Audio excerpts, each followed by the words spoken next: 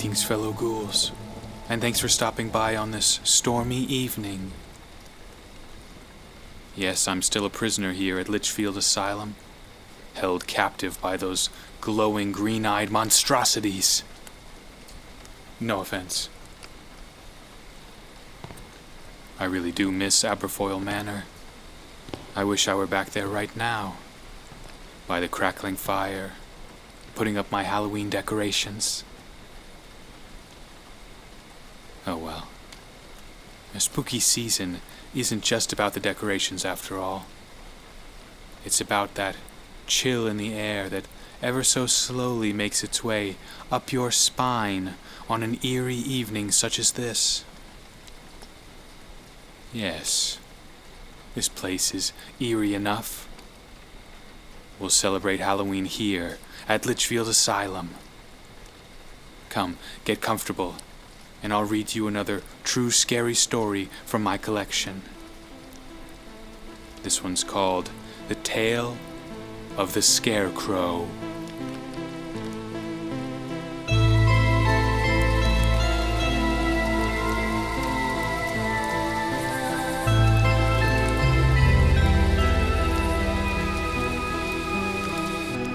Every neighborhood has that one house. You know the one. The one that looks a little more run down than the others. It's a little further back from the road, but still, you can catch a glimpse of it through the trees and wonder who or what might be inside. Growing up, my neighborhood had one of those. I lived in the suburbs, and a few streets over from mine was what my friends and I called the Scary House. Sure, maybe it wasn't the most creative name, but it got the point across, and most of all, it was true. The rest of the street, Worthington Street as I recall, was pretty normal. But this one house, the Scary House, looked like it was falling apart. First off, the yard was completely unkempt. Tall grass grew like tangled hair on either side of the driveway, and there were countless patches of weeds littered about the rest of the lawn. The Scary House also had more trees surrounding it than any of the other houses on the street, giving it a spooky and mysterious atmosphere. Gnarled branches twisted out in all directions, obscuring the tilted frame of the structure itself. Whenever I happened to be walking by, I'd take an extra moment to peer through the branches and see if I could make out anyone inside. The house itself had probably been nice at one point. It was a 2-story home with wooden siding and a small front porch by the front door. But, as long as I'd known it, the white paint on the siding had been peeling off, and some of the little posts on the porch railing were cracked in half. I remember that one of the windows on the ground level was shattered. The glass was still in place, but fractured into a million little pieces, like someone had thrown something at it. Like I said, I'd often try to look in the windows and see if there was anyone visible inside. One of my best friends, Henry, actually lived right down the street, and he said that he never once saw anyone go in or come out. Though it certainly looked abandoned, Henry said that every once in a while there'd be an old car out front, a beat-up red hatchback. He couldn't be sure if the car belonged to whoever lived there, though the car and house were similarly abused in a way that stood out on Worthington Street and suggested the same owner. Apart from the occasional mysterious red car, though, there were no other signs of life in the Scary House. It simply sat there, in its disheveled yard, decaying slowly before our very eyes. It always gave me the creeps, though, and sometimes when I'd catch a glimpse of it through the trees as I was walking by, I would feel like the house was peering back at me. Even without any signs of life, the place felt alive. One night, I was invited to a sleepover at Henry's house. This was in late October, when we were in the 6th grade. It was me, Henry, Aaron, and another kid, DJ, who lived a few more streets over. I arrived around 5 p.m., and the 4 of us played video games for an hour or so, snacking on some Chinese food that Henry's parents had ordered for us. Sometime around 9 or 10 p.m., DJ's voice called out from across the living room. "Guys, look!" he shouted. "There's a light on at the scary house." We all threw our controllers down and scrambled over to the window. "No way," Henry said as we gathered, climbing over ourselves to get the best view out the window. "There's never been a light on before." DJ, however, had been telling the truth.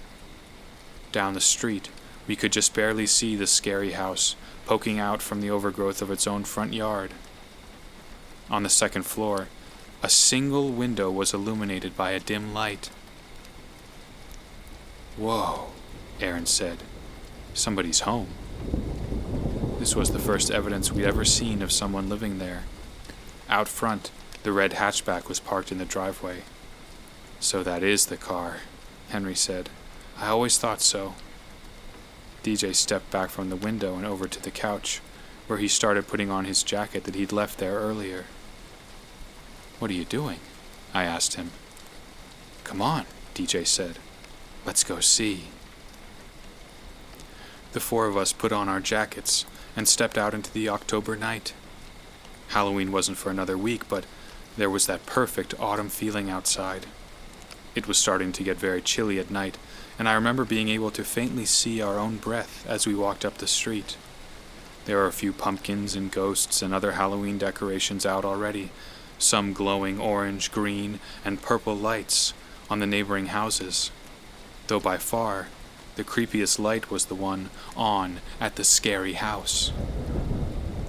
As we got closer, we slowed down, sneaking up behind the trees and looking into the yard. Many of the leaves had fallen from the branches in the autumn season, giving us a slightly better than normal look at the scary house. It was still just that single light on upstairs. It was dim and seemed to be coming from right next to the window, like it was a lamp or something. There was some kind of semi-opaque curtain over the inside of the window, softly spreading the glow of the lamp. The four of us huddled behind the tree closest to the street and watched for any more signs of life in the window. "It's probably a serial killer who lives there," DJ offered. "He only comes back here when he needs to hide a body or something." That seemed to make some sense, I thought. "It's not a serial killer," Aaron said. "It's haunted. It's a ghost." Henry scoffed. "It's not a ghost," Henry insisted. "What kind of ghost drives a car?" The others argued as I kept staring up at the window, barely visible through the branches. "I thought I saw a faint shadow pass by the curtain." "Shh!" I hushed the others. "Look! Someone's moving in there." All of us fell silent as we watched a shape move by the window a second time. It looked like the outline of a person, but through the trees and the curtain, it was hard to tell. The curtain billowed as whatever it was moved by it, though, establishing some kind of physical presence. We stood there in the cold for a few minutes, waiting on pins and needles for any other sign of the figure in the window, but we didn't see a thing. After a while, DJ reached down into the grass and picked up a small pebble. Henry went to grab DJ's arm, but it was too late. DJ chucked the small pebble at the second-story window. We all gasped. It was hard to tell from the distance we were at, but the sound of a small collision echoed through the trees. It sounded like DJ had hit the glass. "What?" Henry cried. "Why did you do that?" "I wanted to get a look at this guy," DJ replied, "and who knows when we'll get another chance." "Sure," Henry countered, "but you don't have to live on the same street as him. What if he comes after me now?" I couldn't help but notice that they were getting louder as they argued. "Guys, shh!" I tried to hush them again, but it was too late. The light on the second-story window suddenly extinguished. Whoever was inside had shut off the lamp. We waited another few moments in silence. "Guess he's going to sleep," Aaron offered. "He's not sleeping," Henry replied. "He's watching us." The four of us debated exactly what to do before eventually heading back to Henry's to continue our sleepover. I looked over at my shoulder at the scary house, now completely dark once again, as we made our way down the street. The light was off, sure, but who was to say that the shadowy figure wasn't watching us from the window, hiding in the dark? The rest of the sleepover went as planned. We finished our video games and Chinese food and discussed our plans for Halloween next week. We talked about our costumes and decided to meet up back here at Henry's to go trick-or-treating that evening. People started going door to door pretty early, and though that was when the younger kids went, we didn't want them to have first pick of all the candy in the neighborhood.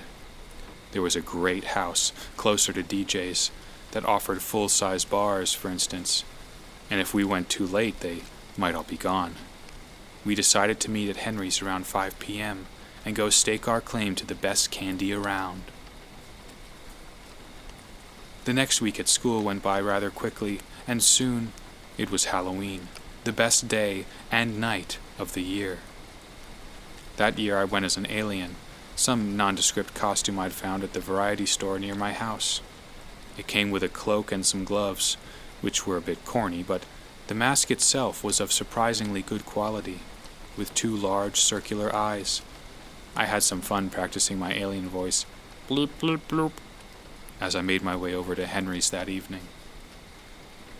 As I was getting close to Henry's, I once again passed by the scary house. It looked the same as always, no signs of life. I remembered the soft glow of the lamp from the second-story window, which had now reverted to its natural state of pitch black. Knowing that somebody was in there sometimes definitely sent a chill up my spine as I passed by, though. In fact, to be honest, my pace might have quickened a bit as I continued onwards towards Henry's. Henry, DJ, and Aaron were already waiting outside Henry's house when I arrived. Henry was one of the Ninja Turtles, DJ was a baseball player, and Aaron was somebody from Star Wars that I didn't recognize. We set off into the Halloween evening just as the sun started to set in the October sky. Our plan to meet up on the earlier side worked flawlessly. We hit all the big houses in the neighborhood, walking away with a handful of king-size bars in a variety of candies.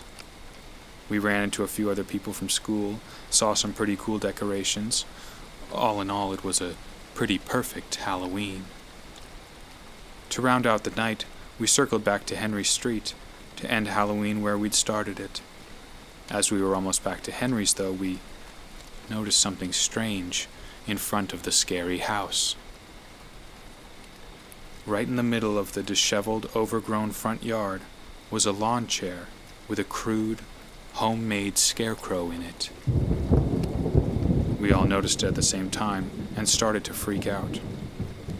"I've lived on the street since I was little," Henry said. "That has never been there before. The scary house has never done anything for Halloween." The 4 of us stopped across the street from the scary house, studying the scarecrow. It looked like it had been thrown together pretty quickly. It was wearing a tattered flannel shirt with some dusty tan overalls. It wore puffy winter gloves on its hands and worn boots with the shoelaces untied. Its head was a paper bag with a face drawn onto it in thick, permanent marker. 2 eyes, a triangle for a nose, and a big smile, much like the face you'd draw on a jack-o'-lantern. It was stuffed with hay. Pieces of straw were bursting out of its sleeves and pant legs. Whoever had stuffed it had done a pretty horrible job. The chest was lopsided and comically too big. One of the overall legs was also ripped around the thigh, with more hay spilling out onto the lawn chair. The 4 of us inched closer and noticed that there was an orange bowl of candy in its lap. We looked at the bowl, still almost full, then back to the scribbled smile on its bag of a head. The scarecrow almost seemed to be beckoning us to come across the street and take a treat. "Okay, seriously, what the hell?" Henry stammered. "For years there's no evidence that anyone lives here, then suddenly we get all this action in a week?" DJ pointed up at the empty driveway. "The car isn't here. Whoever they are probably isn't home and just wanted to put out some candy." Yeah, but why? Reiterated Aaron. Why now, after all this time? DJ marched over to the Scarecrow. It was about 15 feet from the sidewalk and into the yard of the scary house. DJ, stop! Henry called out, but again it was too late. Come on, DJ called back to us. Let's see what he's got. DJ reached into the bowl in the Scarecrow's lap, rummaging through the candy and looking for something decent. The rest of us caught up with him. Pretty weak selection, honestly, Aaron declared, as he joined in with DJ in sifting through the contents of the bowl. Eventually, Henry joined as well, in inspecting the candy. While the other three did so, I looked up beyond at the scary house. All of the windows were dark, including that second-floor window where we'd seen the shadowy figure going back and forth. And yet, it was not that second-floor window that drew my attention, but the first-floor window directly beneath it. That was the one with the partially shattered glass. I couldn't explain it at the time, but I thought I saw a hint of movement behind the broken pane. Have you ever stared into the darkness? A darkness so dark that you begin to see things within it. That's what was happening to me.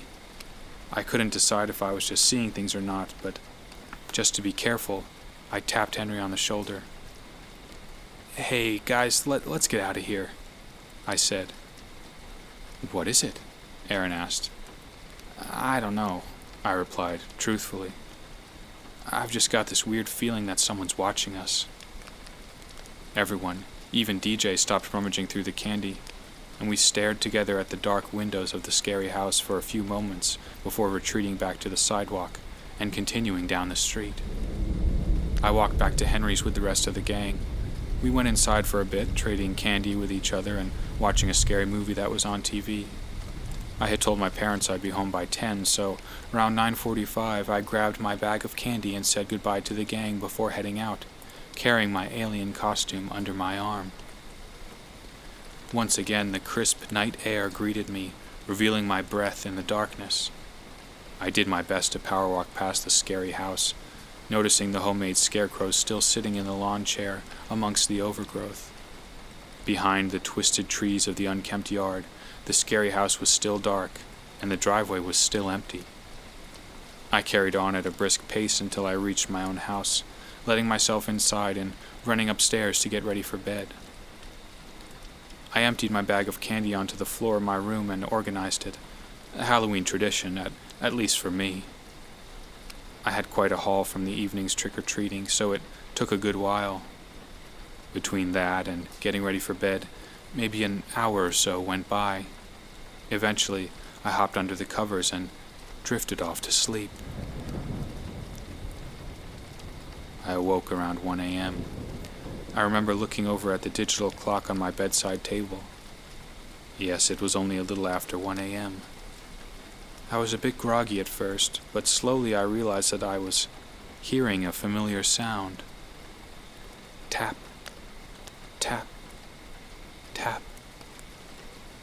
There seemed to be a light rain outside, tapping gently on my bedroom windows. My bed was right next to a window, you see, a window that overlooked my front yard.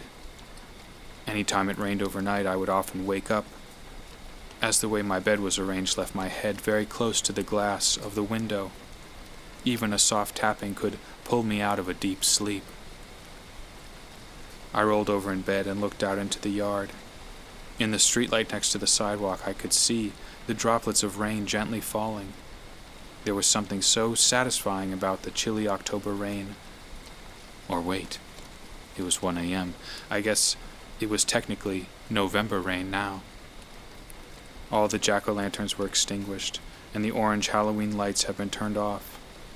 I faced away from the window once again and tried to fall back asleep. Tap! A sudden loud sound jolted me awake. Adrenaline pumped through my body as I turned back towards the window. The rain was still gently tapping on the glass, but something else had undoubtedly struck it as well. Something harder and heavier. I remember my first thought was hail. Maybe the rain was turning into hail. I studied the glass, looking for any evidence of a fresh chip or small crack. Whatever it was had sounded loud enough to damage it, but the glass remained intact as far as I could tell. It was then that my focus shifted to the front yard. Standing in the street, beneath the streetlight, was a strange, lopsided figure. The cold rain dripping down the glass obscured him slightly, but I could just make out his overalls, his flannel shirt, and his paper bag head. It was him. It was the Scarecrow. It was unmistakable now. His asymmetrical silhouette stood still in the rain. I could even see some excess hay by his feet, as if it had fallen out of his body as he'd walked up the street from his lawn chair. My mind raced as he remained there in the street. I could swear he was looking right at me through the small rips in his paper bag head. He had been a real person the whole time. Someone had been inside the costume, sitting there in the lawn chair, waiting for us to come take some candy from his bowl. We had been mere inches away from him, the mysterious owner and inhabitant of the scary house.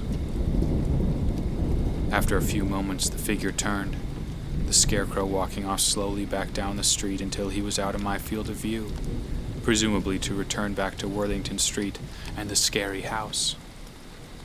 I had never and still haven't felt so terrified as I did that night, watching him lumber almost clumsily back down the empty street and off into the rainy darkness. The next day, the rest of the gang didn't believe me. For some reason, they all thought I was making it up, or that even if I truly believed it, I had been dreaming. At least, I'll always know the truth, though. I figured that whoever lived in the scary house had seen us that night outside his window the week before Halloween, when we'd seen the light on inside. That movement in the darkness on the first floor had been him watching us, planning some way to freak us out. On Halloween night, he'd dressed up as a homemade scarecrow and parked himself in the front yard, waiting to give us a good scare. He could have just jumped at us then and there, but instead he waited.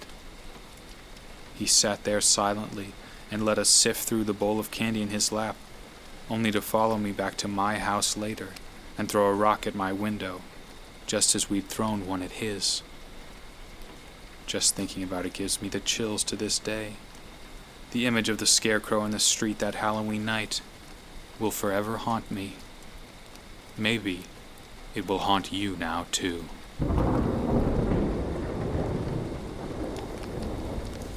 Ooh, another twisted tale of terror. What a creepy encounter. I myself would just move out of that neighborhood entirely. I mean, it'd be one thing to have a scary house so close by, but it's another for a creepy scarecrow to show up outside your window in the middle of the night. That would be the last straw.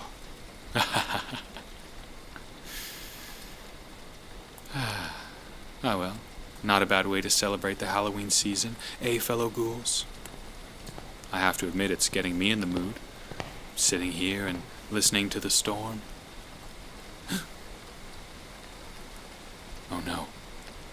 Looks like it's time for me to return to my cell. Could I stay out here for just a few more minutes? Huh. Well, that's that, I guess. Do come back and see me again sometime soon. In the meantime, I'll try to figure out how to escape from Litchfield Asylum. Good night, fellow ghouls. And happy Halloween.